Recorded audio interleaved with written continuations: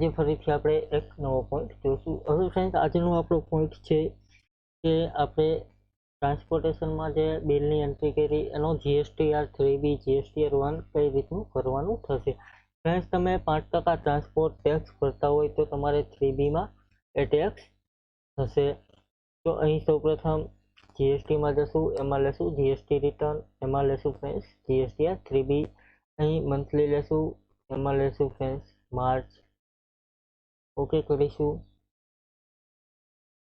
અહીં ફ્રેન્ડ્સ તમે જોશો આપણે જ્યારે ફર્સ્ટ ટાઈમ એન્ટ્રી કરેલ હતી બિલની એમાં આપણે જીએસટી 5% એડ કરેલો હતો, તો એ તમને અહીં જોવા મળશે।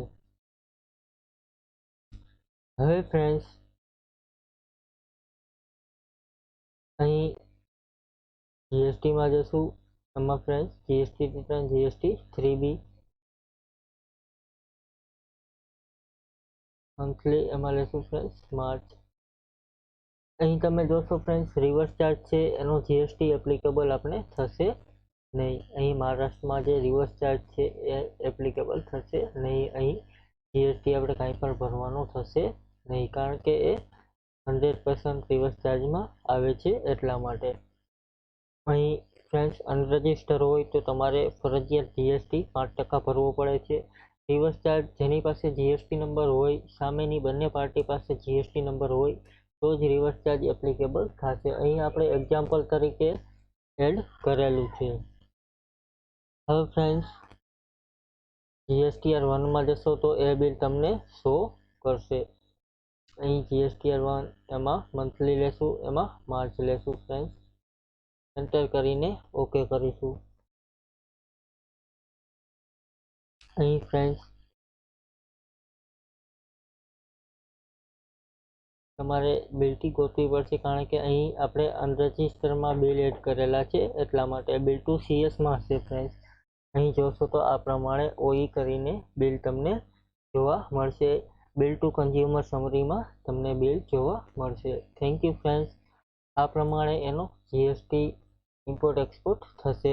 અહીંથી જીએસટી તમારે 3B ઇમ્પોર્ટ અથવા તો એક્સપોર્ટ કરવું હોય તો એ થશે। અહીં રિટર્નમાં 3Bમાં જશું, અહીં મંથલી, એમાં લેશું ફ્રેન્ડ્સ માર્ચ, ઓકે કરીશું।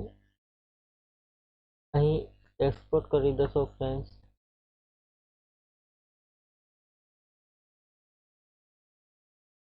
એટલે તમારો જે GSTR 3B છે એ એક્સપોર્ટ થઈ જશે।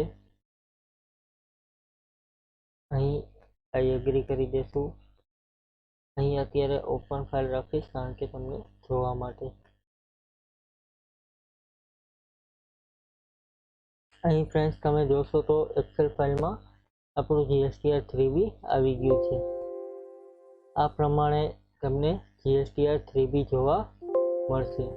Thank you friends. અને GSTR 1 પણ આ જ પ્રમાણે જોવા મળશે। કાલે આપણે ફરીથી એક નવો પોઈન્ટ જોશું। Thank you.